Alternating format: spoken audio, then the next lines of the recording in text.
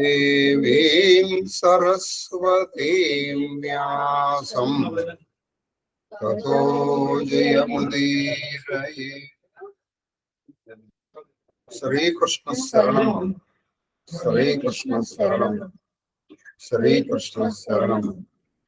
మహాదేవ మహాదేవ మహాదేవ.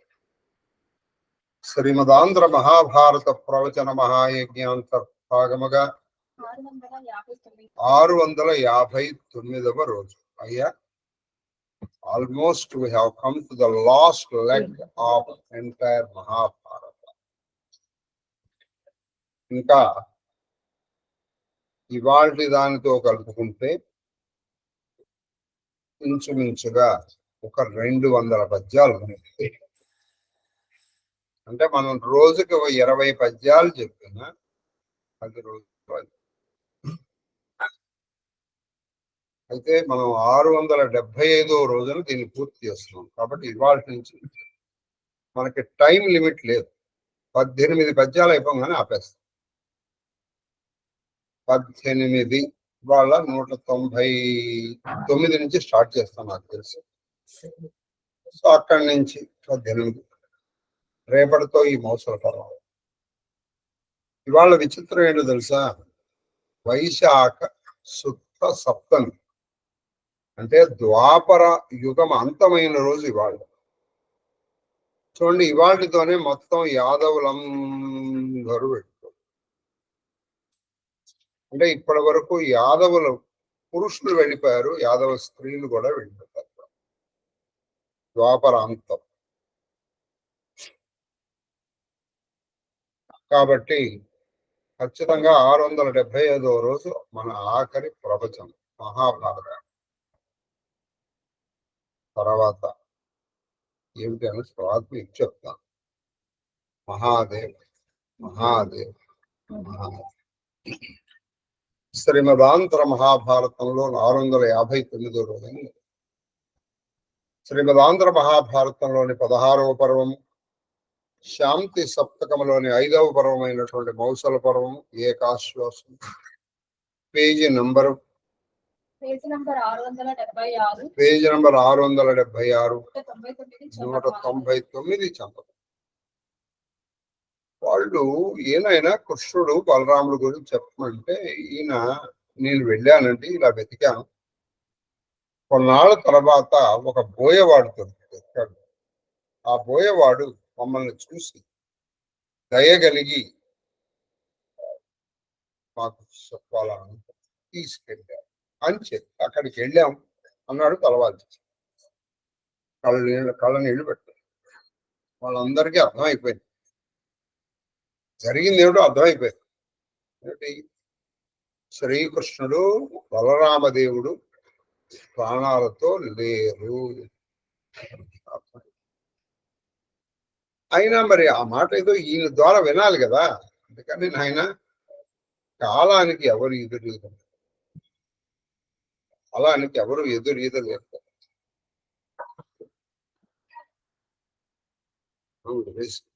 చెప్పునైనా తర్వాత ఏం జరిగిందో చెప్పు అంటే అర్జునుడు చెప్తున్నాడు, ఏం జరిగిందో చెప్తున్నాడు. అది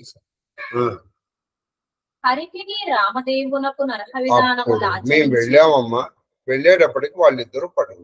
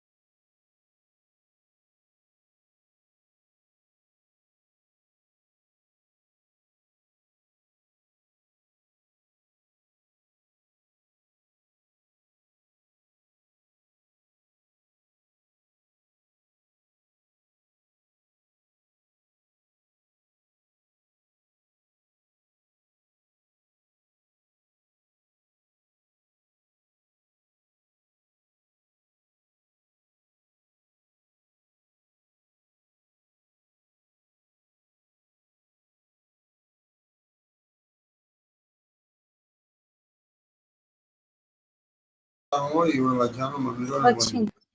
మహాదేవ్ మహాదేవ్ మహాదేవ్ మహాదేవ్. కాబట్టి హరి వాళ్ళు తల్లినారండి. అప్పుడు మీ ఇంగ్లీష్ చెప్పలేదంటే మీరు దానివల్ల ఏం జరుగుతుంది? తెల్లారేటప్పటికి ద్వారకని సముద్రం ముంచేస్తుంది. అప్పుడు అక్కడ ఉన్నటువంటి యాదవ స్త్రీలు, మిగతా యాదవ స్త్రీ, బాలురు, వృద్ధులు, ఏనుగులు, గుర్రాలు, సరుకులు అన్ని సముద్రం పాలైపోతాయి. దానివల్ల మీకు నాకు అపనింద, అపకీర్తి, పాపము తప్ప వచ్చేదేమీ లేదు. అందుకని నేను ఎంతో బాధతో ఆ విషయాన్ని మీకు చెప్పకుండా దిగమింగేసి మిమ్మల్ని అందరినీ బయటికి తీసుకురావడం జరిగింది అని చెప్పి ఇంకా ఇలా చెప్తున్నారు అర్జునుడు.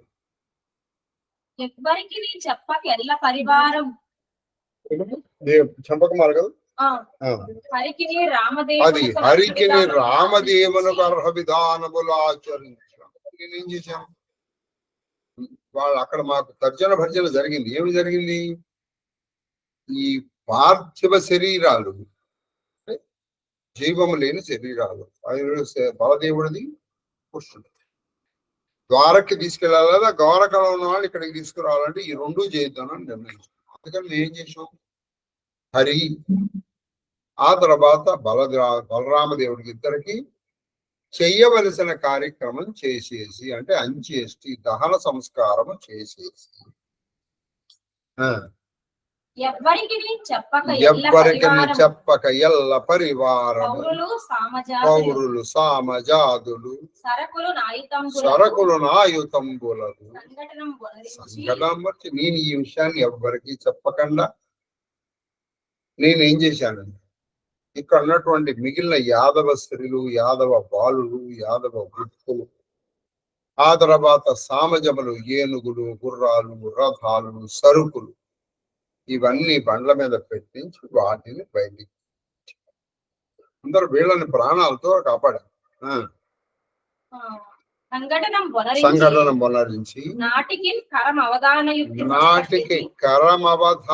యుక్తి నాటికి అంటే ఆ రోజు కరము మిక్కిలిగా అవధానము అంటే చెయ్యవలసిన పని చేసి మీకు చెప్పకపోవడం అనేటువంటిది పాపం.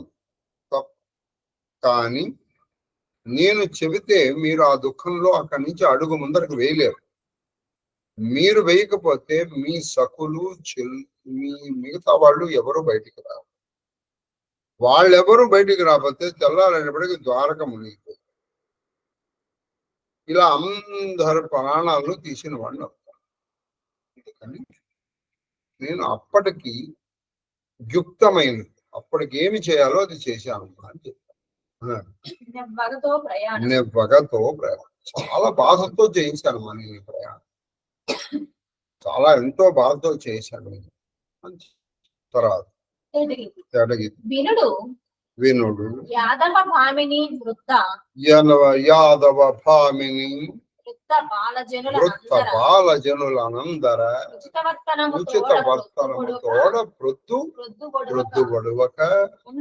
ప్రొద్దుబొడవక ముందర పురజన ప్రయుతముగా పులివరువరించితి. ప్రయత్న పూర్వకంగా యాదవ స్త్రీలు, బాలుడు, వృద్ధులు, వాళ్ళ సరుకులు, వాళ్ళ ఆస్తులు అంటే చరాస్తులతో ఆ ద్వారకా పట్టణాన్ని బయటికి వరకు తీసుకురాగలిగాను అని ఆ రుక్మిణ్యాది అష్టభార్యలతో ఈయన చెప్తారు. మరి మిగతా 16,000 మంది ఏమైపోయారంటే వాళ్ళని చాలా మందిని వాళ్ళ పోయే వాళ్ళు దోచేస్తారు. ఇప్పుడు ఆ బలరామదేవుడి భార్యలు, ఈ కృష్ణుడి భార్యలు వాళ్ళు అడిగారు, వాళ్ళని అడిగి చేస్తారు. బలరాముడికి కూడా మనకి తెలిసి రేవతి ఒకళ్ళే, కానీ చాలా మంది భార్యలు ఉన్నారు. దాన చేసి మీరు నేను ప్రయు పాపము లేక, కాబట్టి దానివల్ల మీకు నాకు కూడా ప్రయు అంటే అపనింద పాపము లేకుండా బయటకు వచ్చేసాం. లేకపోతే ఇగో చూడండి కృష్ణుడి కోసం ఏడుస్తున్నారు, వాళ్ళ కోసం మేము ఏడ్చాం, మా ప్రాణాలు పోయాయి అన్నటువంటి అపనిత మీకు నాకు. అరే అర్జునుడు ఏదో రక్షిస్తాడని తీసుకొస్తే రక్షించకుండా పోయాడే అని చెప్పి వాళ్ళకి మన ఇద్దరము కూడా రక్షించబడ్డంత అని రుక్మిణ్యాది అష్టభార్యల అష్టపట్ట మహిషులకి చెప్తున్నాడు అర్జునుడు. తర్వాత ఇదియ తల్లులారా కరము తప్పై తోచుట, అది ఇదియ తల్లులారా కరము తప్పై తోచుట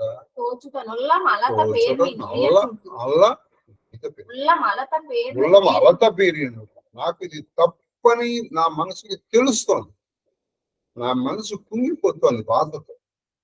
ఒక బాధ కృష్ణుడు వెళ్ళిపోయాడు, రెండోది కృష్ణుడు మీ భర్త మరణం గురించి మీకు నేను చెప్పకపోవడం రెండో బాధ. నా మనసు కుంగిపోతూ ఉండగా దాన్ని ఆ బాధనంతా దిగమింగి మిగతా వాళ్ళ కోసం, అంటే ఒక్కొక్కప్పుడు ఎలా జరుగుతుందంటే మన దాని కోసం కంటే కూడా మన వైయక్తికం అంటే ఇండివిజువల్ బెనిఫిట్స్ కంటే కూడా social benefits are more important than individual benefits. అక్కడ ఆయన అందుకే మంచి ఇచ్చేసాడు. నేను ఇంటర్మీడియట్ లో చదువుతుండగా నాకు లెసన్ ఉండేది, ద పోస్ట్ మ్యాన్. ఆ లెసన్ పేరు పోస్ట్ మ్యాన్. సరే, ఆ లెసన్ మొత్తం అంతా చెప్పడం చాలా కష్టంగా, అందులో సారాంశం ఏంటంటే అతను చాలా మంచివాడు ఆ పోస్ట్ మ్యాన్. మామూలుగా పోస్ట్ మ్యాన్ ఏదో లెటర్స్ ఇచ్చి వెళ్ళిపోతాడు, ఆయన అలా వెళ్ళేవాడు కాదు. ఆ లెటర్ ఇచ్చి ఏమమ్మా మీ ఆయన దగ్గర నుంచి లెటర్ వచ్చింది, ఏమిటి ఎన్నాళ్ళు వస్తాడు, ఎప్పుడు వస్తాడు అని వాళ్ళతో కొంచెం మాట్లాడుతూ ఉండేవాడు. ప్రతి వాళ్ళతో అందరితోనూ మాట్లాడి వాళ్ళతో ఉండాడు. కాబట్టి ఆ పోస్ట్ మ్యాన్ అనేటువంటి వాడు వాళ్ళందరికీ బంధువు. ఒకళ్ళ ఇంట్లో వాళ్ళ అమ్మాయి పెళ్లి చాలా లేటుగా అయిపోయింది, ఏదో కారణాల వల్ల ఎప్పుడు పోస్ట్పోన్ అవుతూ వచ్చింది. అది కుదిరింది. సరే కుదిరింది, అయిపోయింది, పెళ్లి అయిపోయింది. పెళ్లి అయిపోయి అంతా బంధువులు వెళ్ళిపోయారు. అప్పుడు ఈయన ఒక లెటర్ తీసుకొచ్చి ఇచ్చారు. ఏమిటి ఆ లెటరు? యజమాని తల్లి చనిపోయింది, అది టెలిగ్రామ్ ఈయన ఇవ్వాల. అప్పుడు ఈయన చెప్పాడు, మాస్టారు మీరు మీ అమ్మాయి పెళ్లి కోసం ఎంత కష్టపడ్డారో నాకు తెలుసు. ఇప్పుడు నేను ఈ టెలిగ్రామ్ కనుక ఒక వారం రోజుల ముందర ఇచ్చుంటే పెళ్లి ఆగిపోయింది. పెళ్లి ఆగిపోతే మళ్ళీ ఇది అవుతుందో లేదో తెలియదు. అందుకని నేను కావాలనే తొక్కి పెట్టాను. దీని మీద డేట్ ఉంది, కావాలి. మీరేం చేస్తారంటే నా మీద కంప్లైంట్ చేసేస్తాను. నేను కావాలనే ఇవ్వలేదు, కానీ ఎందుకు ఇవ్వలేదంటే అదిగో నేను చేసింది తప్పు, వృత్తిరీత్యా తప్పు, పాపము కూడా, మీరు కంప్లైంట్ ఇవ్వచ్చు అని చెప్పేసి అతను వెళ్ళిపోతాడు. అంతే, లెసన్ కూడా ఆగిపోతుంది. అతను కంప్లైంట్ ఇచ్చాడా ఏం జరుగుతుందని తెలియదు. పోస్ట్ చాలా బాగుంటుంది, ఆ మధ్యలో డిస్కషన్ చాలా బాగుంటుంది. వాళ్ళ అతను ఇంట్రొడక్షన్ ఉంటుంది. అలాగే ఇక్కడ అర్జునుడు చేసింది, అర్జునుడు మనసు అది కలిసివేస్తుంది, తొలిచేస్తుంది. నువ్వు చెప్పలేదు, వాళ్ళకి చెప్పలేదు అని. కాబట్టి నేను చెప్పలేదమ్మా, నా మనసు చాలా బాధపడిపోతాను, నీకు చెప్పనందుకు నిరంతరం నేను చాలా బాధపడిపోతున్నాను చెప్పారు. తర్వాత వినుడి తప్పున దోషము తనకకయుండంగా నన్ను దయతో నాకు ఈ చేసిన తప్పుకి నాకు దోషము కలగకుండా నాకు నా అపరాధాన్ని క్షమించండి అంటూ వాళ్ళ కాళ్ళ మీద పడిపోయాడు. ఎలా పడిపోయాడంటే సాష్టాంగం పడిపోయాడు. మన భారతీయ చరిత్రలో ఈ దండం పెట్టడం అరే నీకు దండం పెడతారంట. దండం పెట్టడం అనేటువంటిది అల్టిమేట్ అన్నమాట. ఏదో ఒక మామూలుగా పెట్టేటువంటిది కాదు. దండం పెడుతున్నావు అంటే నువ్వు సరెండర్ చేసేసుకుంటున్నావు. అంటే అంతకు మించిన పెద్ద శిక్ష లేదు ఒకప్పుడు. అందుకని దాసుని తప్పు దండముతో సరి. నువ్వు నమస్కారం పెట్టేశామంటే అయిపోయింది. వాడు ఏ తప్పునైనా మనం క్షమించేయాలి. వాడు నమస్కారం పెట్టిన తర్వాత కూడా నువ్వు క్షమించలేదంటే నీది పాషాణం. అందుకని నేను వాళ్ళకి సాష్టాంగ పడిపోయాడు అంటూ ఇలా జాగి మ్రొక్కిన ఇలా కని సాగి మొక్కిన వాళ్ళందరూ అలా 8 మంది ఉన్నారు. ఈయన పడిపోయారు. వాళ్ళు చూశారు. వాళ్ళు ఈయన పట్టుకొని ఇలా పైకెత్తారు. అందరూ నెత్తి అతని గారవం ఎత్తగా అందరూ నెత్తి, అందరూ ఒక చెయ్యి. ఇందులో నువ్వు చేసింది, నువ్వు ప్రజా రక్షణ కోసం వాళ్ళు అర్థం చేసుకున్నారు. వాళ్ళు ఒక్కొక్కప్పుడు వాళ్ళని అర్థం చేసుకోవాలి. ఈ మనోనుకూలమైనటువంటి భార్య శిష్యులు నీకు దొరకడమే ఒక పెద్ద వరం అండి. ఇప్పుడు మనోనుకూలమైనటువంటి వాళ్ళు అంటే మన మనస్సుకు అనుకూలంగా ప్రవర్తించే శిష్యులు కానీ శిష్యురాలు కానీ భార్య కానీ లేకపోతే స్నేహితుడు కానీ స్నేహితురాలు కానీ వీళ్ళు దొరకాలి. వాళ్ళ రుక్మిణ్యాది వాళ్ళు అర్థం చేసుకున్నారు. వాళ్ళు రెండు విధాలుగా రియాక్ట్ అవ్వచ్చు.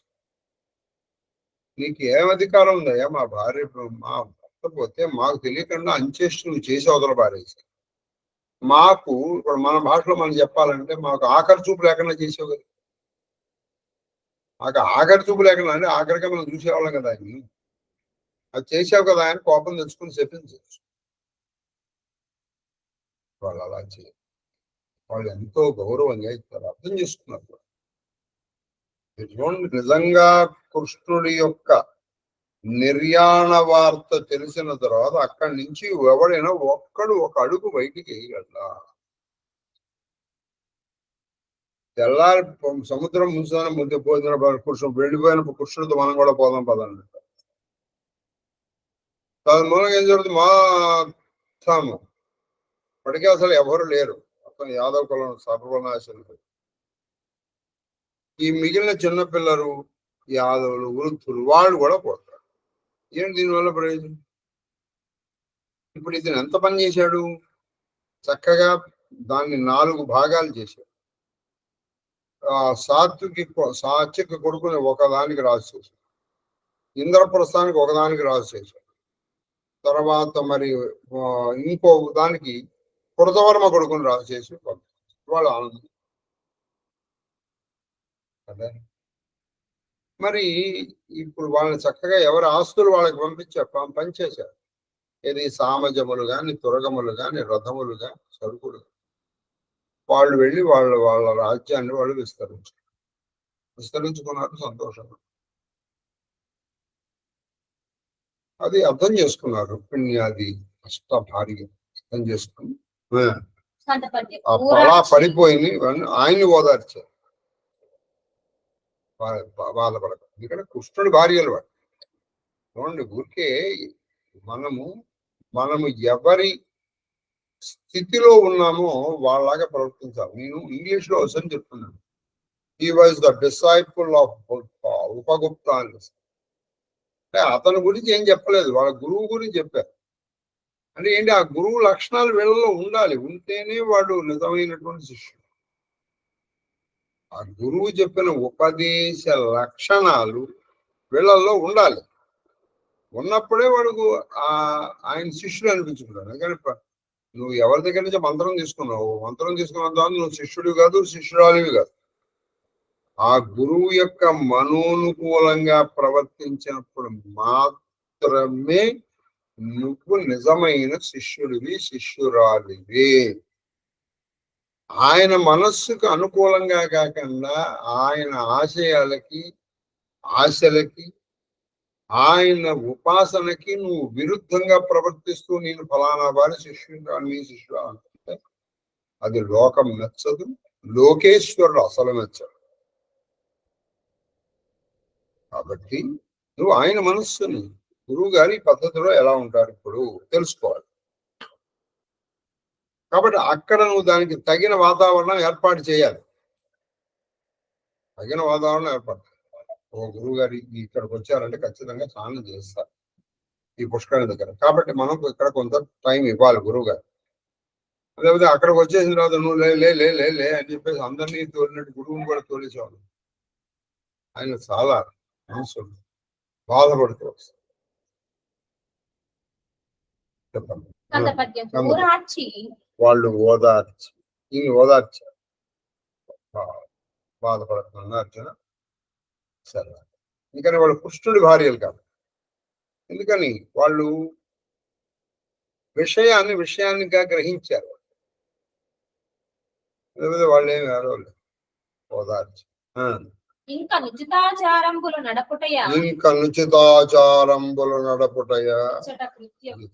అయినా ఇప్పుడు నువ్వు బాధ, ఇప్పుడు చేయవలసిన పనులు చేయడమే మనకి ఇప్పుడు నువ్వు చేయవలసిన పని. ఇప్పుడు ఏమిటి, మా భర్త అయినటువంటి పురుషుడు గాని బలరాముడు గాని వెళ్ళిపోయారు. ఇప్పుడు వీళ్ళల్లో 8 మందిలో వీళ్ళు 2గా డివైడ్ అయ్యారు. కొంతమంది ఏం చేశారంటే సహగమనానికి సిద్ధపడతారు, ఇంకొంతమంది పరమ నిష్ఠురము కఠోరము, తర్వాత దుర్లభమైనటువంటి ఎన్నో నియమాలు పెట్టుకుని తపస్సు చేసుకుంటారు. అంటే వాళ్ళు తపస్సు చేసుకుంటూ ప్రాణాన్ని వదిలేద్దాం వాళ్ళు. అంటే ఇప్పుడు ఉదాహరణకి ఆజీవితాంతము నిరసన వ్రతం, ఆమరణ నిరసనం అశనం అంటే ఇది అన్నం లేకుండా ఉన్నంత వరకు ధ్యానం చేసుకోవాలి. ఆ ధ్యాన సమాధిలో వాళ్ళు వెళ్ళిపోవాలి. మొత్తానికి అందరూ వెళ్ళిపోయారు. ఈ వెళ్ళిపోయిన మార్గాలే 2. కొంతమంది సహగమన అప్పటికప్పుడే, రుక్మిణి జాంబావి, సత్యభామాదులు తపోనిష్ఠకి అడవులకు వెళ్ళిపోయారు. చూడండి, ఇప్పుడు మొత్తానికి ఎవరు లేరు అర్జునుడితో, ఒంటరి వాడు అయిపోయాడు అర్జునుడు. దుర్వారంబగు విధి చేతకును, అది దుర్వారంబగు విధి చేతకును, విధి చేతకు నేరికి అడ్డపడవసమి. ఆయన దుర్వారము అంటే నువ్వు దాన్ని ఆపలేవు. అన్అవాయిడబుల్, ఇన్ఎవిటబుల్ అంటారు. అన్అవాయిడబుల్ నువ్వు దాన్ని అవాయిడ్ చేయలేవు. అది విధి చేత అంటే విధి అలా జరగవలసింది. దానికి అడ్డపడడానికి ఎవరికైనా సాధ్యమే.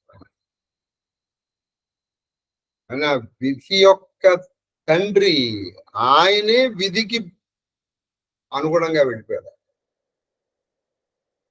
ఆయన ఎవరయ్యా? ఆయన జలజాతాసన వాసవాది సుర పూజా భాజనం వైతనర్సు, సాక్షాత్ బ్రహ్మదేవుడి కళ్ళ తండ్రి. అభిగమనించే కదా ఆయన బ్రహ్మదేవుడు వచ్చి. కానీ ఆయన కూడా విధికి బద్ధుడే. కాబట్టి అది దుర్వారం. దానికి అడ్డపడి ఎవరికి వశమైనా ఎవరికి సాధ్యం ఉంది కాబట్టి ఏలా అలదురని ఎందుకయ్యా బాధపడతారు? కృష్ణుడి యొక్క తత్వాన్ని జీర్ణించుకున్నారు. అప్పుడు వాళ్ళు నిజమైనటువంటి కర్మపత్రులు. పణ్యాది వాళ్ళు నిజమైన ధర్మపత్రులు. ఎందుకంటే ఆ కృష్ణుడి తత్వాన్ని అలవాటు చేసుకున్నారు. అది అయ్యో కృష్ణుడు లేకపోతే మేము అలా పెడదా ఈ పిచ్చివాగుడు ఏం లేదు. అది దుర్వారము. ఎప్పటికప్పుడు ఇది అలా అర్థం చేసుకోవాలి. అంటే మీకు మళ్ళీ we should live in reality. అంటే వాస్తవాన్ని మనం అర్థం చేసుకోవాలి. మనకి ఎందుకు బాధ వస్తుందంటే ఒక సంఘటన జరిగింది అనుకోండి, ఆ సంఘటన జరిగిన తర్వాత మళ్ళీ మన వాస్తవానికి రావడానికి కొంత టైం పడుతుంది. ఈ టైంలోనే మనకి దుఃఖం వస్తుంది. మనకి దుఃఖం శాశ్వతం కాదు. మీకు అనేక ఉదాహరణలు అనేక సార్లు చెప్పాను. మళ్ళీ ఇంకొకటి చెప్తాను. ఎవరితో కాదు, నా ఎగ్జాంపుల్. మా నాన్నగారు చనిపోయారు. నాకు చాలా బాధ. కొన్ని రోజులు అవ్వని సహించింది. మరి వాళ్ళు శుభ్రంగా నాకు కావాల్సింది ఇది వేస్తే బాగుంది, అది వేస్తే బాగుంది అని వండించుకొని తింటున్నాను, లేదా తెప్పించుకుంటున్నాను. మరి ఏమైపోయింది బాధ? అంటే నాన్నగారు లేకుండా జీవితం సాగం అనేటువంటి వాస్తవం మనసు అర్థం చేసేసుకో, దానికి అలవాటు పడి. అందుకే ఇప్పుడు బాధ లేదు. బాధ ఉంటే నీకు అప్పుడు సహించాలన్నా ఇప్పుడు ఎందుకు సహిస్తుందండి? కాబట్టి బాధ దుఃఖము అనేటువంటిది తాత్కాలికము, శాశ్వతములు కావు. ఎవరు వెళ్ళిపోయినా సరే, భర్త వెళ్ళిపోయినా, తండ్రి తల్లి మేనమామ ఏ బంధం వెళ్ళిపోయినా అది తాత్కాలికమే కానీ శాశ్వతము కాదు. ఇదిగో శాశ్వతం అంటే నిజంగా రుక్మిణి వాళ్ళు చూశారు. వెంటనే కొంతమంది వాళ్ళు ఎక్కువసేపు ఉండలేరు, అందుకని వెంటనే సాగమని అంటే కొంతమంది తప్పని.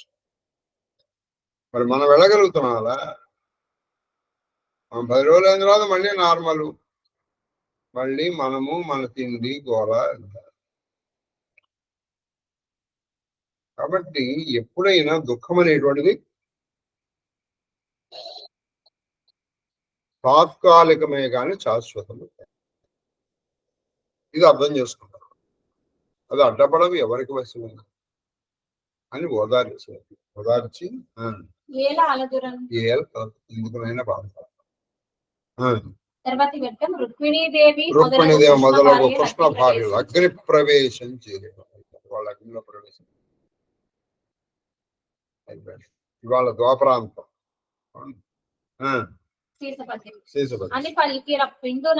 అని పల్కిరి అలా అని ఆ పిండు అంటే ఆ సమూహమునందు రుక్మిణియు జాంబవతియులోనగు పద్మముకులు కొందరు కోరేది.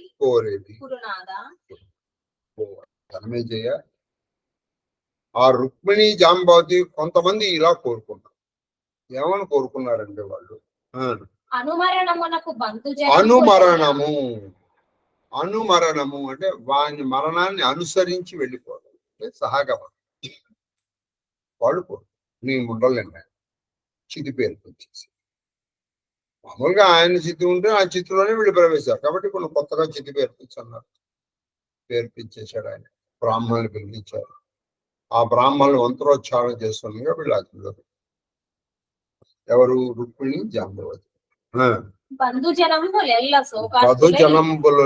శోకార్తులై రోదనాకులత్వము నుండి అనుమృతి కలనకు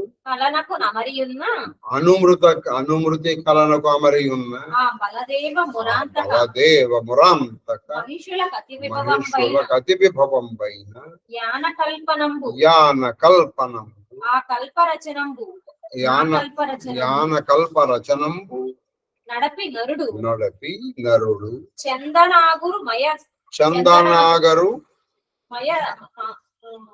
చందనాగరుమయ చితా సంవిధానం ఆచరించి అర్హ ప్రకారాగ్ని మహనీయ విప్రజనంబు గొప్పదైనటువంటి విప్రజనుల్ని ఆజ్ఞాపించి లేదా వాళ్ళని రుక్మిణి జాంబవతి అలాగే బలదేవుడు కొంతమంది భార్యలు కొంతమంది లేదా శాంతమంది ఈ మురాంతకుడి భార్యలు వెళ్ళిపోతారు. అయినా దానికి తగిన ఏర్పాటు చేయాలి.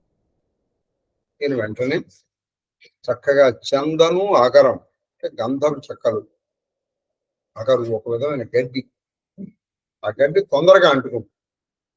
ఆ గడ్డి పెరిపించి చేతి పెరిపించి ఆ చేతి పెరిపించి దీనికి ఇలా వీళ్ళు అనుమృతి అంటే ఆ మరణాన్ని అనుసరించి వీళ్ళు వెళ్ళిపోతారు. దీనికి అక్కడ ఉన్నటువంటి మిగతా బంధువులందరూ శోకంతో ఆర్తులై రోదసి నిండే వాళ్ళు వీళ్ళు ఏవి పట్టించుకోరు. వీళ్ళు ఏం చేశారు? పైగా వీళ్ళకి చక్కగా వెళ్ళే ముందు ఏం చేస్తారంటే వీళ్ళని పల్లకిలో తీసుకెళ్తారు. మీరు చూడండి, వసుదేవుడు వెళ్ళేటప్పుడు చూడండి వాళ్ళ పల్లకిలో తీసుకెళ్తారు. వాళ్ళు వెళ్ళేప్పుడు పల్లకిలో ఆ భోజనం తీసుకెళ్తారు. పల్లకీలు ఏర్పాటు చేశారు. ఇక్కడ చితి ఏర్పాటు చేశారు. రుక్మిణి జాంబవతి అని కొంతమంది అన్నారు. సత్యభామ మిగతా వాళ్ళు కొంతమంది అటు వెళ్ళిపోయారు. నలుగురు ఇటు నలుగురు అటు అనుకోండి, ఊరికే నాకు తెలియదు. అక్కడ కొంతమంది 8 మందిలో కొంతమంది ఇటు కొంతమంది అటు ఈక్వల్ గా వెళ్ళారా అన్ఈక్వల్ గా వెళ్ళారా అనేది నాకు కొంతమంది ఇటు వెళ్ళారు, కొంతమంది అగ్ని తూర్పు చేశారు. ఇక వీళ్ళు సిద్ధపడిపోతున్నారు, లోపలికి వెళ్ళిపోతారు. అప్పుడు వీళ్ళు అగ్ని ప్రవేశం వీళ్ళు చేశారు.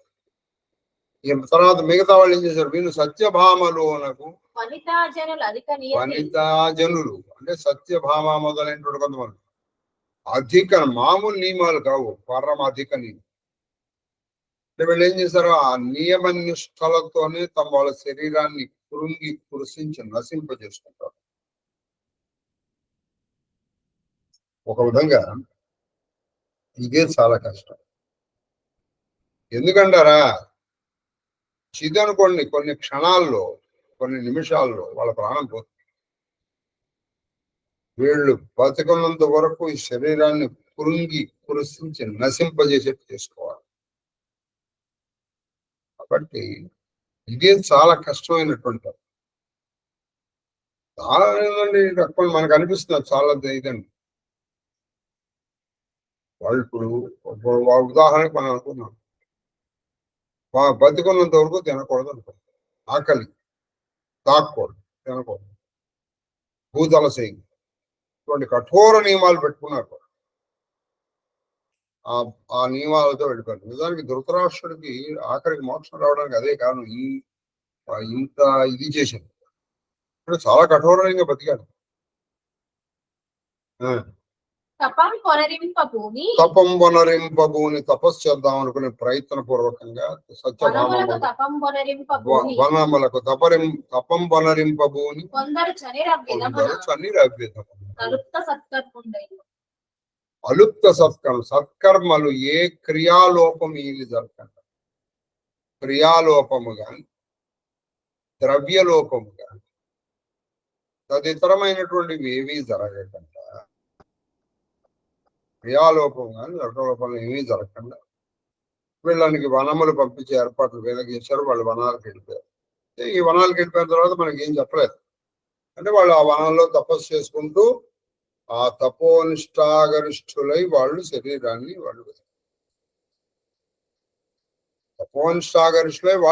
వదిలేశారు. వీళ్ళు ఎవరు? రుక్మిణి, జాంబవతి మొదలైనటువంటి వాళ్ళు అగ్నిలో ప్రవేశించారు. ఇలా శ్రీకృష్ణ భార్యలందరూ మిగిలిన యాదవులు వాళ్ళ రాజ్యాన్ని పంచిచ్చేశారు. వాళ్ళు ద్వాపరాంతం యదా యదా హి ధర్మస్య గ్లానిర్భవతి భారత అభ్యుత్థానమధర్మస్య తదాత్మా అవతార పరిసమాప్తి. మనం వచ్చిన పని అయిపోయిన తర్వాత మనం ఉండదు తెలుసు వాళ్ళందరికీ. అందుకే వెళ్ళి ఎవరికి ఏ విధము బాగా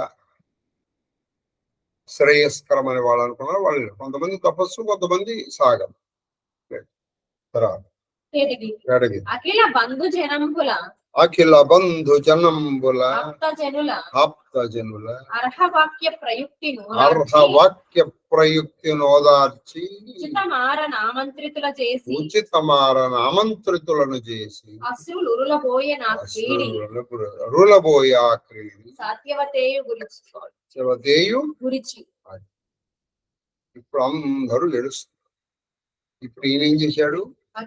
అఖిల బంధుజనులు ఆప్తజనుల, అక్కడ బంధుజనులు ఆప్తజనులు అందరినీ అర్హవాక్య ప్రయుక్తిని, అంటే అప్పటికి ఏ విధంగా మాట్లాడితే వాళ్ళు ఓదార్చబడతారో ఆ విధంగా మాట్లాడి వాళ్ళని ఓదార్చి ఆయన మీ రాజ్యాలకి మీరు కృతవర్మ కావాలనుకుంటే అటు వెళ్ళిపోండి, ఇటు సాత్యకి కొడుకు కావాలంటే ఇటు కృష్ణుడి మనవడు వజ్రుడి దగ్గర ఇంద్రప్రస్థానం ఎవరి వాళ్ళని ఆమంత్రితులను చేసేసాడు. అంటే వాళ్ళని వీడుకోలు కలిపి ఒక్కడే అయిపోయాడు. అర్థం మనం ఒక్కళ్ళమే వస్తాం, ఒక్కళ్ళమే వెళ్ళిపోతాం. ఉచితమారణ ఆమంత్రితులను చేసి అసురుల నురులబోయి ఉచిత వరకు అందరికి వీడుకోలు కలిపి వెళ్ళిపోండి. ఇలా మనం ఎంతసేపు బాధపడుతుంది పంపించేది.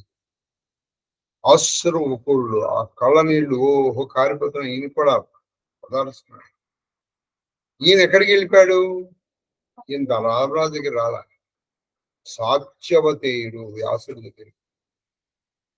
ఈ మౌసల పర్వంలో ఆఖరిగా వ్యాసుడు ఉపదేశం చేస్తాడు. ఆయన కృష్ణుడు వెళ్ళిపోవడం కదా ఆయన, మీరు కూడా వెళ్ళిపోవడం సిద్ధపడిపోవడం అన్నాడు. చేశారు, 36 సంవత్సరాలు రాజ్యం చేశారు. సాత్యవతేయుడి దగ్గరికి వెళ్ళాడు, వ్యాసుడి దగ్గరికి వెళ్ళాడు అర్జునుడు. వెళ్ళి చెప్పుకున్నాడు అంతా.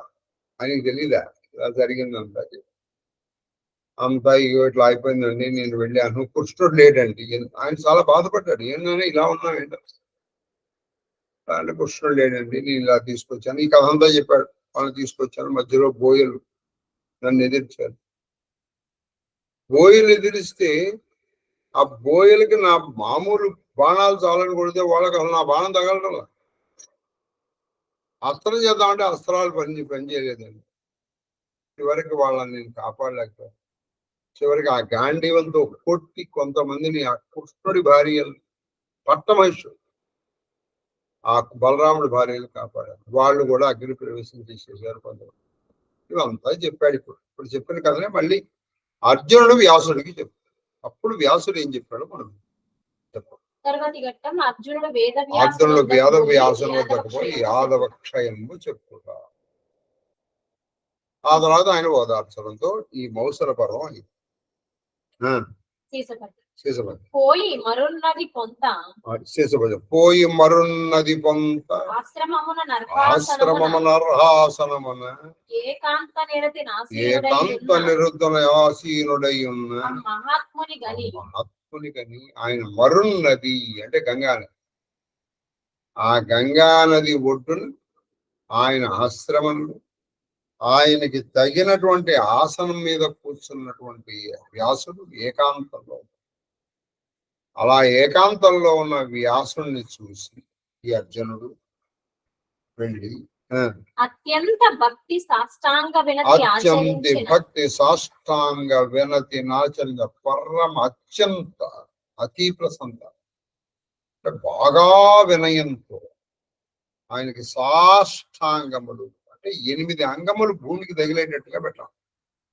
ఏమిటా 8 అంగములు? వరస శిరస దృష్ట్య మనస వచస తథా పద్భ్యాం కరాభ్యాం కర్ణాభ్యాం ప్రణామోష్టాంగముచ్యతే అని సార్. ఉరస ఊరు అంటే తొడలు, శిరస శిరం, ఉరస శిరస, దృష్ట్యా కళ్ళు, మనస మనస్సు అంటే హృదయం దగ్గర, వచస నోరు, ఉరస శిరస దృష్ట్యా మనస వచస, పద్భ్యాం మర్మాంగం, కరాభ్యాం చేతి, కర్ణాభ్యాం కర్ణాభ్యాం 2 చెవులు. ఇవన్నీ భూమికి ఏకకాలంలో తగిలేటట్టుగా చేసే నమస్కారాన్ని సా అష్టాంగ నమస్కారము అని పిలుస్తారు.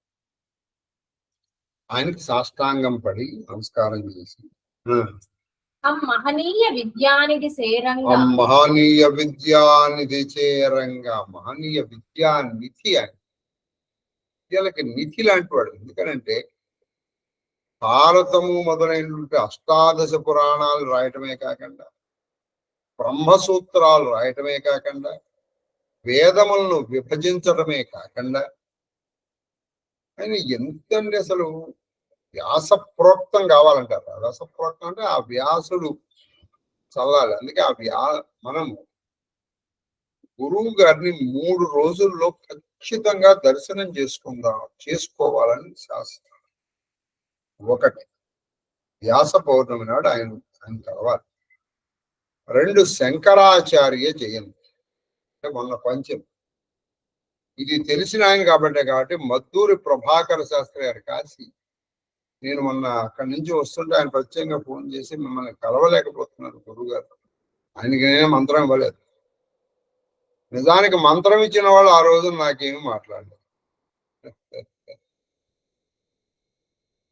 కాబట్టి మనం అనుకుంటాం మన కడుపున పుట్టితే కంటే వాళ్ళ కంటే కూడా ఒక సినిమాలో ఒక మాట ఉంది, ఏనా నువ్వు ఎవరినైనా ప్రేమించావంటే వాళ్ళందరూ ఒక మాట అంటారు, నాకు కావాల్సింది నేను ప్రేమించేవాళ్ళు కాదు, నన్ను ప్రేమించేవాళ్ళు. మనం ఎంతో మందిని అభిమానిస్తాం. ఈ అభిమానించినటువంటి వాళ్ళకి మనం ఆ రోజున గుర్తురాం, వాళ్ళకి మనం ఏమీ చేయము, కానీ వాళ్ళు దూరం నుంచి మనం చూసి మన మీద ఎంతో అభిమానం పెట్టి ఆ తర్వాత ఆయన జన్మదినం అది నీకు మనసులో ఉన్నది వ్యక్తపరిచినప్పుడు కదా తెలిసేది. నాకు మనసులో చాలా ఉన్నది, వ్యక్తపరచడం కూడా ఒక కళ.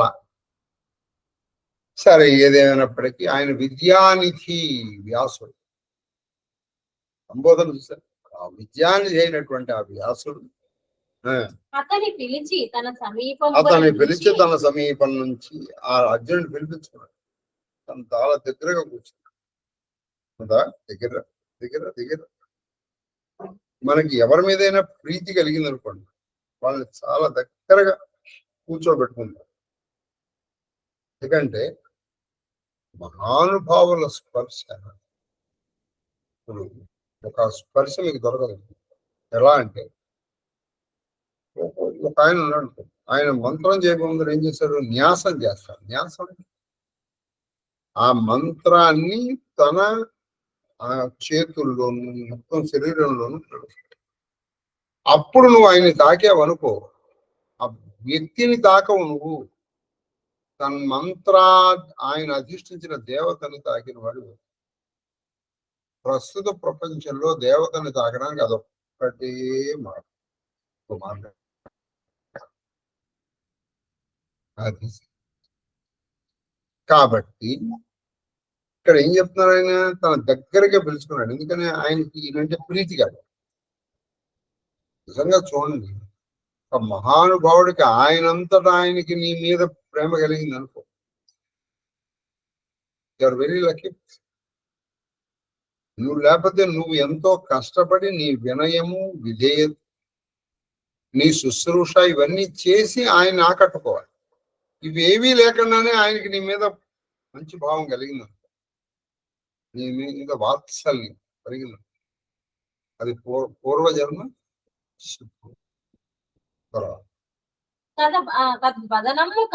తద్వదనము కనుగొని ఆయన ముఖం చూశాడు, బాగా దగ్గరగా చూశాడు. చూసి నిన్నెరుగంగా రాదు పెడముఖం పైన ఇది నేను విజయ ఎవరెవరా అన్నట్టు చూశాడు. నేను గుర్తుపట్టలేస్తున్నా, ఎందుకు అంత బాధపడుతున్నావు విజయ? ఆ ప్రమోదం ఒరే నాయనా, యుద్ధాల్లో జయించడం కాదురా నాయనా, ఇందులో జయించాలి, నిన్ను నువ్వు జయించాలి. కామ క్రోధ లోభ మద మోహ మాత్సర్యాలు దుఃఖాన్ని జయించాలి.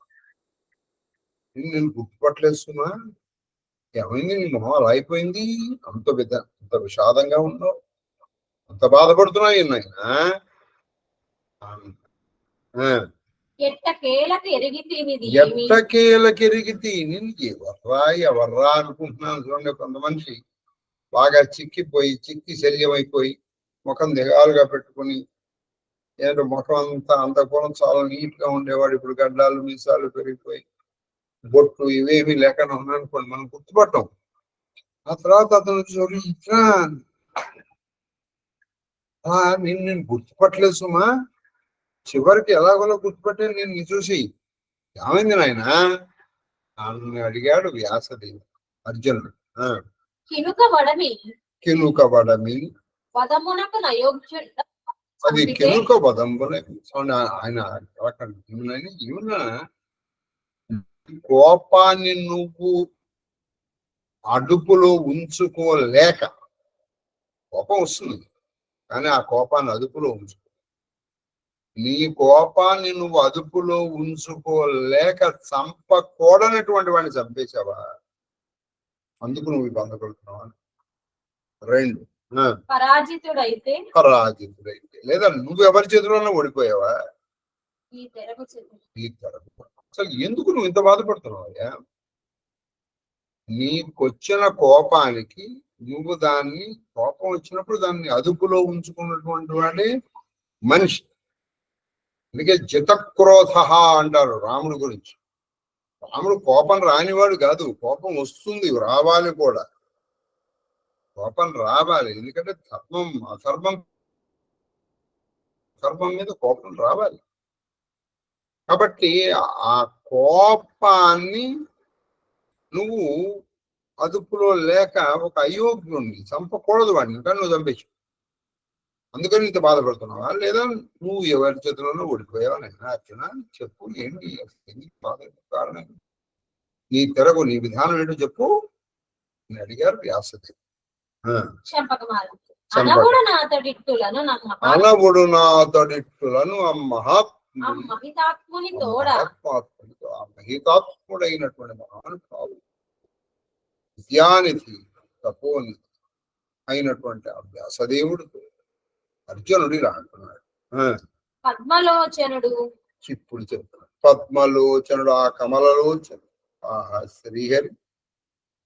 నవాంబుద ప్రతిమ చారు, నవాంబుద ప్రతిమ చారు, తనూలసితుండు, ఆ పద్మలోచనుడు అంటే పద్మముల వంటి కళ్ళున్నటువంటి వారు, పుండరీకాక్ష. అంతేకాదు నవాంబుద ప్రతిమ, నవ కొత్తదైనటువంటి అంబుదము. అంబుదం అంటే మేఘం, మామూలు పాత మేఘం కూడా కాదు సార్, నవాంబుద కొత్త మేఘం. ఆ కొత్త మేఘముతో సరి సమానమైనటువంటి శరీర కాంతి గలనివాడు అంటే నల్లని వాడు. దేవకీ తనయుడు, దేవకీ పుత్రుడు రామదేవుడును. ఆయనతో పాటు రామదేవుడు, ఆ బలరామదేవుడు తాను మేము తొరంగిపోయేమనగలం. వాళ్ళిద్దరూ శరీరాన్ని వదిలిపెట్టేశారు. సో అవి ఇంతకంటే ఏం చెప్పమంటారు అన్నాడు బాధపడు.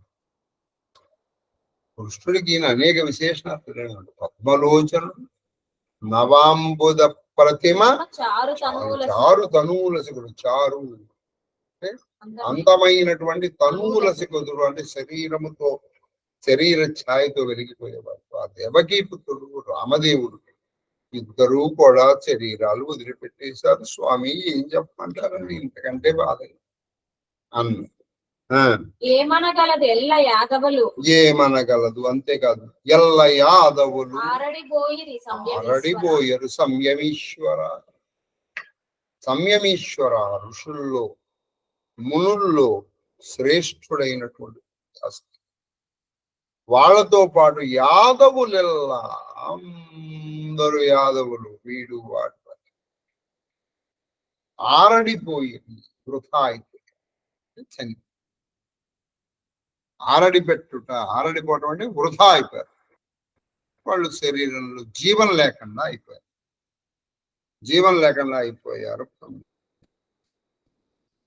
ఏం అంటారు స్వామి అని చెప్పి మహితాయుత సంప్రహతులు సహించు. అది మహితాయుత సంప్రహతులు సహించు. వాళ్ళు యాదవులు ఎటువంటి వాళ్ళే. మహిత ఆయుధ సంప్రహతులు, గొప్పదైనటువంటి ఆయుధముల చేత అంటే సమగ్రముగా ప్రహతులు కొడితే దెబ్బని తట్టుకోగలిగినటువంటి శరీరం కలిగి. వాళ్ళు కథ పెట్టి కొట్టామనుకోండి, వాడు చచ్చిపోడు, వాడు తట్టుకుంటాడు. అసలు ఒక శూలం పెట్టి కూర్చోమనుకో, దాన్ని తట్టుకుని వాడు తీసి మళ్ళీ ఆ శూలం తీసి వాడు చూస్తాడు. ఒక ఇనప రాడు గుదియ పెట్టి కొట్టాడనుకోండి, దాన్ని ఆ దెబ్బను కూడా వాడతాడు. అది గొప్పదని. మహితాయుత సంప్రహతులు సహించు. వాళ్ళు దాన్ని కూడా సహించగలుగుతారు, భరిస్తారు. వాళ్ళు చంపడం అంత తేలికైన కాదు. అంత పటిష్టమైన, అంత పటిష్టమైన బలమైన దేహదారుఢ్యం కలిగినటువంటి వాళ్ళు. దేహదారుఢ్యము అంటే దేహం బాగా, శరీరం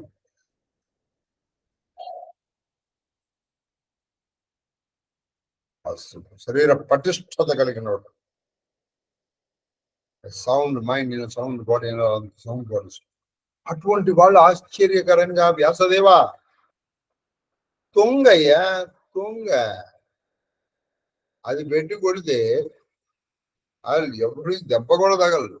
అది పెట్టి కొట్టుకుని తెచ్చిపోయారే. ఏం చెప్పండి. అది దృఢ దేహధృతులు, దృఢమైనటువంటి శరీరాన్ని ధరించినటువంటి వాళ్ళు సడి సన్న మహోత్సాహులు, సడిసన్న మహోత్సాహులు, మంచి ఉత్సాహం కలిగినటువంటి వాళ్ళు యాదవ వీరులు నిహతులైరి. అటువంటి యాదవ వీరులు అందరూ చచ్చిపోయారయ్యా. ఏమిటంటే తుంగలు. తుంగ మీరు ఎప్పుడో చూడండి, గడ్డి అండి తుంగ. మీరు మరి తుంగ చేపలు మీరు చూస్తే ఎప్పుడు చూడకపోతే కనీసం మా ఇంటికి రండి. నా ఇంట్లో ఇప్పటికి కూడా నేను పడుకునేది తుంగ చేప మీద. ఈ రోజు కూడా నేను పడుకునేది తుంగ చేప మీదే. అది పెట్టి కొడితే దెబ్బ తగిన, పైగా అది తుంగ చేప ఎందుకంటే మెత్తగా ఉంటుంది. తుంగ చేప మీద మీరు ఏమి వేసుకోకపోయినా పర్వాలేదు, ఒక టవల్ కప్పుకొని పడుతుంది.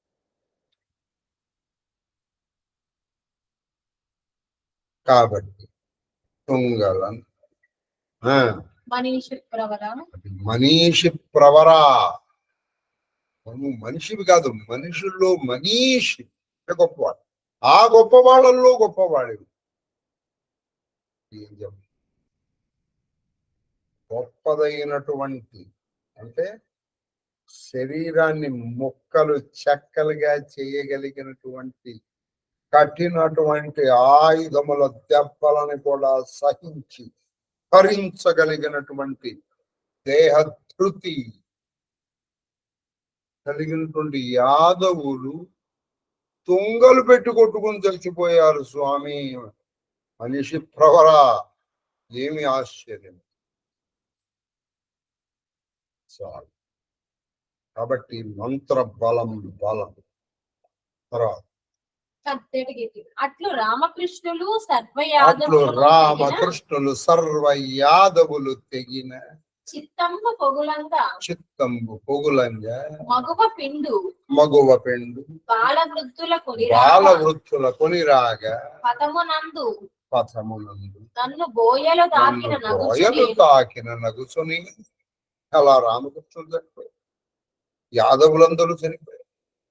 అప్పుడు వాళ్ళ యొక్క మగువల యొక్క సమూహాన్ని, ఆ తర్వాత వాళ్ళ ఆస్తులు అవన్నీ తీసుకుని నేను నెమ్మదిగా ఆ ద్వారకా నగరం మొన్నాడు మునిగిపోకుండా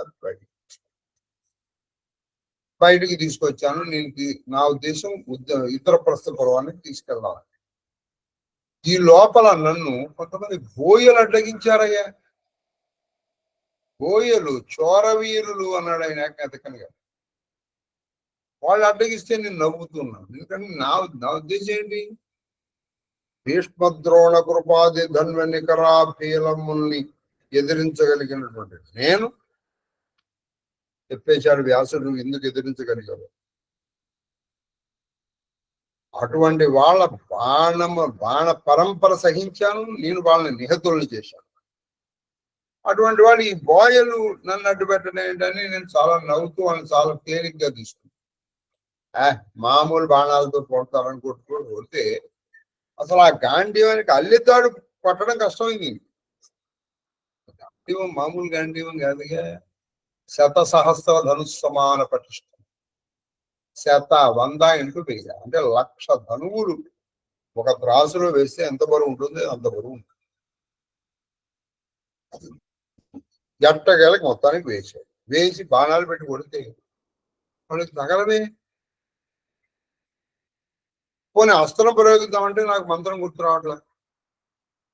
బ్రహ్మాస్త్రం కానీ, వాయువ్యాస్త్రం కానీ, ఇంద్రాస్త్రము కానీ, ఆగ్నేయాస్త్రం కానీ, జామ్యాస్త్రము కానీ,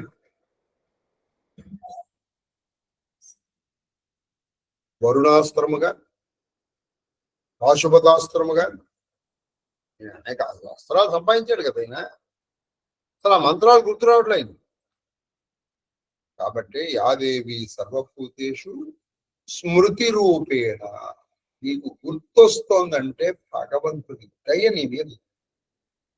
ప్రవచనం మనం చెప్తున్నాం, చెప్పేటప్పుడు మనకు విషయాలు గుర్తొస్తున్నాయి అంటే శ్రీకృష్ణుడి దయ నీకు గుర్తు రావట్లేదు అంటే భగవంతుడి దయ తగ్గిపోతుంది. It's clear indication. తర్వాత చెంపకమాల ఘనతర బాహుశక్తియును కన్నతర బాహుశక్తియును గాంధీవ శక్తియును గాంధీవ అన్న నా యొక్క గొప్పదైనటువంటి నా బాహుశక్తి, నా గాంధీవ శక్తి ఉండగా నేను ఈ యాదవ కన్య యాదవ స్త్రీని వీళ్ళందరినీ రక్షించగలుగుతాను. నా బాహుశక్తి వల్ల నా దీని వల్ల రక్షించగలుగుతాను అనుకున్నాను. అస్త్రశక్తియున మనమున నాకు 3 గుర్తొచ్చాయి. నా బాహువుల శక్తి, 2 నా గాంధీవ శక్తి, 2 నా దగ్గర అనేక అస్త్రాలు. వీటన్నిటిని ఉండగా ఆ బోయల్ని ఎదుర్కోవడం నాకు పెద్ద లెక్క అని అనుకుని అప్పుడు మునినాథ అప్పుడు నేను ఏం చేశానంటే, ఓ మునినాథ కడంగితి నెట్టకేలకు మొత్తకి ప్రపంచం నేను ప్రయత్నపూర్వకంగా ఈ బోయలతో యుద్ధానికి సిద్ధపడిపోయాను. గుణంబు కూర్చి, గుణము అంటే అల్లెతాడు, దాన్ని గాంధీవాన్ని కట్టాను. కట్టి ఇక బాణాలు ప్రారంభించాను. ఉదగ్రత బాహుల లేకయుండే అస్త్ర నికరమంత తంత్రముల సంస్కృతి పొందబోయి. ఇంకేం చెప్పలేదు. నేను ఇలా పెట్టి బాణం కొడితే అసలు ఆ దెబ్బకి వాడు పడిపోవాలి. అసలు ధనుష్టంకారానికి ఇంకొంతమందిని చంపించాడు. ధనుష్టంకారం అంటే అల్లెతాన్ని బాగా లాగేవాడు, శబ్దం వచ్చేది, ఆ శబ్దానికి పడిపోయాడు. అది పెట్టి బాగా లాగి కొడితే వాడికి దెబ్బ తగలలా. ఇంకా నువ్వు ఆకరణాంతం లాగి కొట్టాలి. కాబట్టి నా బాహువుల్లో ఆ శక్తి పోయింది. బాహువుల శక్తి పోయింది, అయ్యా మంత్రశక్తి ప్రయోగిద్దాం అన్నాడు. మంత్రశక్తి నీకు బాహువుల శక్తి అక్కర్లా. రాముడు చూడండి, ఆయన ఏం చేశాడు, ఒక దర్భం తీసుకుని అంతరించి దాని మీద ప్రయోగించాడు బ్రహ్మేశ్వరం. నీకు మంత్రం ఉందనుకోండి, అది నీకు శస్త్రం ఎక్కల, అక్కడ నీకు ఏది దొరికితే అది నీకు చీపురు పుల్ల దొరికితే సరే దాన్ని మంత్రించి పడేసాడు, అది అస్త్రమై వాడిని చంపేస్తుంది. అది అస్త్రమై వాడిని చంపేస్తుంది. అది కాబట్టి కందపద్యం నేను అస్త్రం దిగుడు అంటే అస్త్రం నాకు గుర్తు రావట్లా. మంత్రము దాన్ని అభిమంత్రించాలి కదా, అవి గుర్తు రావట్లేదు. పైగా నాకున్న ఏంటంటే 2 అక్షయ తూనీరాలు, అందులోంచి ఎన్ని బాణాలు తీసినా బాణాలు వస్తాయి. ఇంకా పరమాశ్చర్యకరం అంటే నేను ఒక 10-15 బాణాలు వేసేటప్పటికి ఇది చూసేటప్పుడు బాణాలు అయిపోయినాయి.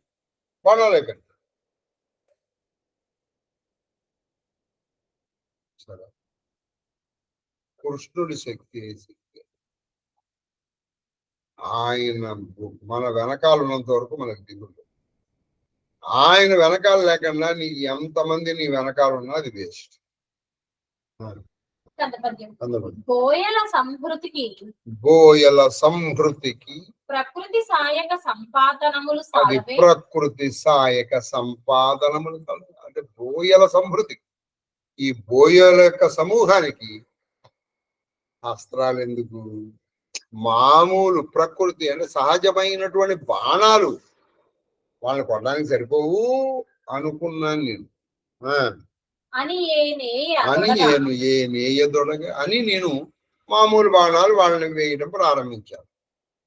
ప్రారంభిస్తే తోనాలు చెనటులై, విచిత్రం ఏం జరిగింది తెలుసా, తొనలు చెనటులై ఉండే అంటే నా తొన అంటే ఇది తూనీరం అమ్ములపది, అది చెనటులై ఉంది. ఆయన ఎక్కువ పెట్టుకునేవాడు కాదు, ఆయన అసలు ఊరికే పెట్టుకుంటే అందులోంచి తీసుకుని బాణాలు వచ్చాయి. బాణాలు అయిపోయినాయి. ఆశ్చర్యం, బాణాలు అయిపోయినాయి. అగ్నిదేవ ప్రసాదితమైనటువంటి అక్షయ తూనీరాలు వేస్ట్ అయిపోయి ఇప్పుడు అందులో బాణాలు లేవు. నొకండు చేయరది లేదయ్యా. నేను ఇప్పుడు నేను చేయగలిగింది ఏం లేదు. మంత్రాలా గుర్తు రావట్లా. బాణాలు పెట్టుకోవడం బాణాలు లేవు. బాణాలు చెనటలు అయ్యేవారు ఖాళీ అయిపోయింది. 10-15 కొట్టాడు, నాదే లేవు.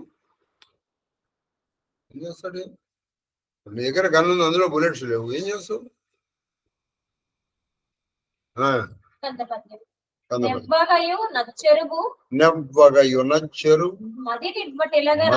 ఇవ్వటిల్లగా నా మనసులో 2 ఏకకాలంలో ఇలా ఉత్పత్తి.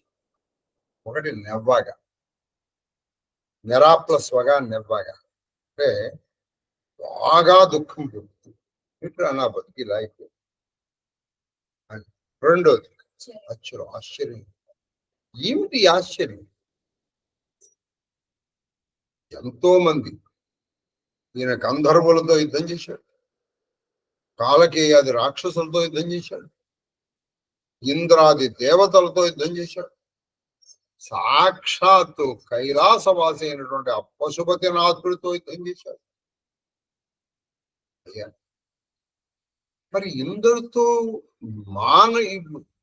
మానవాతీతులతోనే యుద్ధం చేయగలిగినటువంటి అర్జునుడు ఇవాళ ఒక బోయల్ని ఎదిరించలేక అతని బాణాలా లేవు, మంత్రాలా గుర్తావు. అందుకని నాకు నెవ్వగా అచ్చెరువు నివ్వటిల్లేడు అంటే అప్పటికి పుట్టుతుంది. ఆశ్చర్యం వాగా దుఃఖం పెళ్ళుముకగా ఏను నివ్వెరపడి అంటే అలా ఆశ్చర్యపడిపోయి స్థాణువులాగా ఉండిపోయాను. అంటే ఉన్నవాణ్ణి ఉన్నట్టుగా ఉండిపోయాను. చివ్వన ముసరి కిరాతులు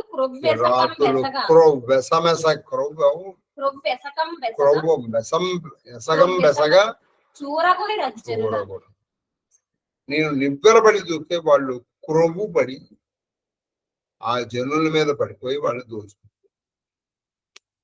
కావలసిన వస్తువులన్నీ తీసుకుంటారు. ఆ యాదవ కాంతల్ని, యాదవ సంపదని నేను చూస్తూ ఉండగా నా కళ్ళు ఎదుర్కొంటా. దీన్ని ఏమీ చేయలేదు.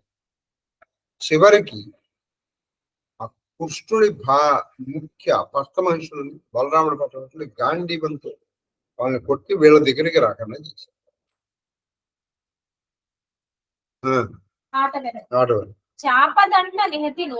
అది చాపదండ నిహతి ఓపిన పని. అప్పుడు గాంధీవం పెట్టుకుని నేను ఎంతవరకు కొట్టగలను గాంధీవం పెట్టి కొట్టాను. ఎంతవరకు కొట్టగలను అంతవరకు కొడితే కిరాత కోటి. అప్పుడు ఆ కిరాత కోటిని ఈ రుక్మిణ్యాది వాళ్ళ వైపుకి, బలరాముడి భార్యల దగ్గరికి రాకుండా వాళ్ళని ఆపగలిగాను. నా కాస్త చేయగలిగి రామకృష్ణ వల్లభాదులైన వలిపిద రాముడు కృష్ణుడి యొక్క వల్లభలు సరే వాళ్ళ వల్లభలు వాళ్ళ భార్యల్ని కాపాడగలరు. కొందరు వృద్ధ బాలకుల వెరవుతోడ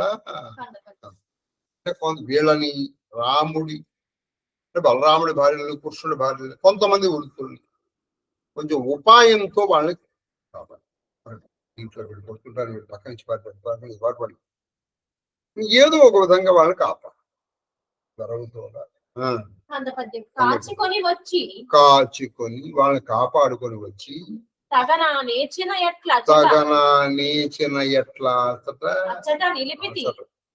నా నేర్చిన నా మనస్సుకి, నా బుద్ధికి తోచిన విధంగా వాళ్ళని అక్కడ నింపాను. వాళ్ళని ఒక సేఫ్ జోన్ అంటే వాళ్ళకి ఎక్కడ ప్రమాదం లేకుండా ఉంటుందో అక్కడికి ఎవరిని, బలరామదేవుడి భార్యల్ని, కృష్ణుడి భార్యల్ని కొంతమంది ఉరుకుతారు.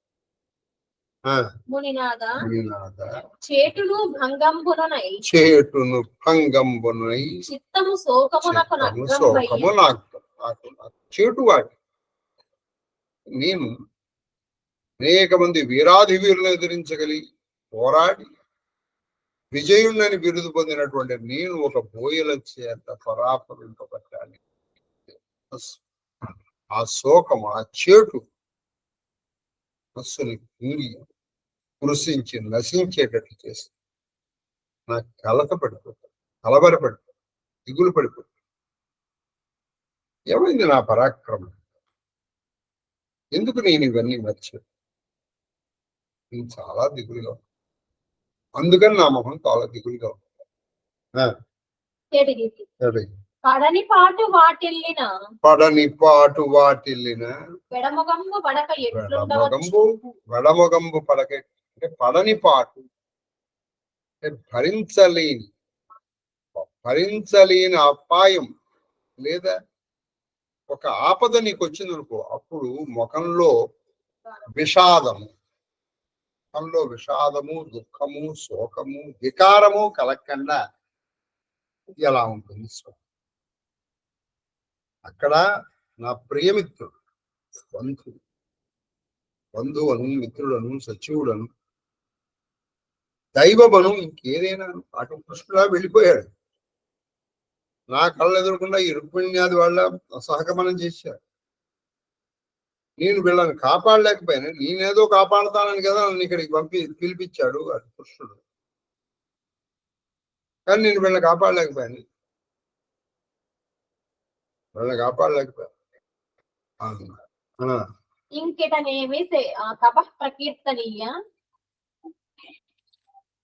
ప్రకీర్తనీయ అంటే గొప్ప తపస్సుతో, ప్రకీర్తనీయ అంటే కీర్తించదగినవాడా, స్తుతింపదగినవాడా అంటే మెచ్చుకోదగినవాడా, ఇంకట నేమి చేయవాడా, ఇంకా నేను కోయల చేతిలో ఓడిపోయి యాదవ ఐశ్వర్యము, యాదవ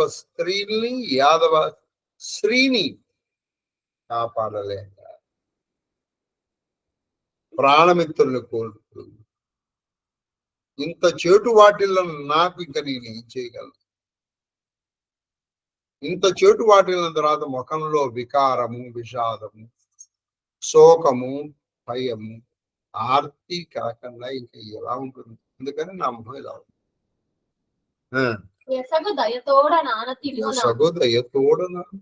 ఇప్పుడు నేను ఏం చెప్పంటావు? నా మీద దయతో, నా మీద కృపతో ఇప్పుడు నేను ఏం చేయాలో నాకు ఆనతి ఇవ్వండి.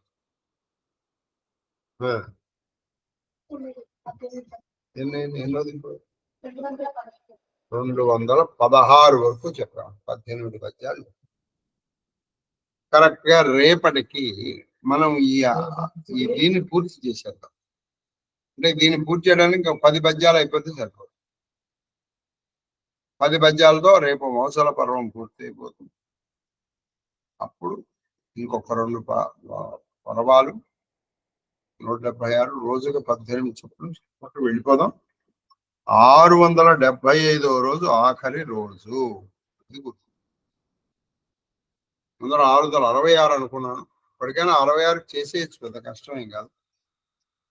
66కి వేసేసాం అనుకోండి, ఇవాళ 59 అంటే 60 నుంచి 7 రోజులు.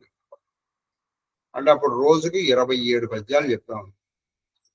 7 20 140, 7 ఏళ్ళు 107 అయిపోతుంది.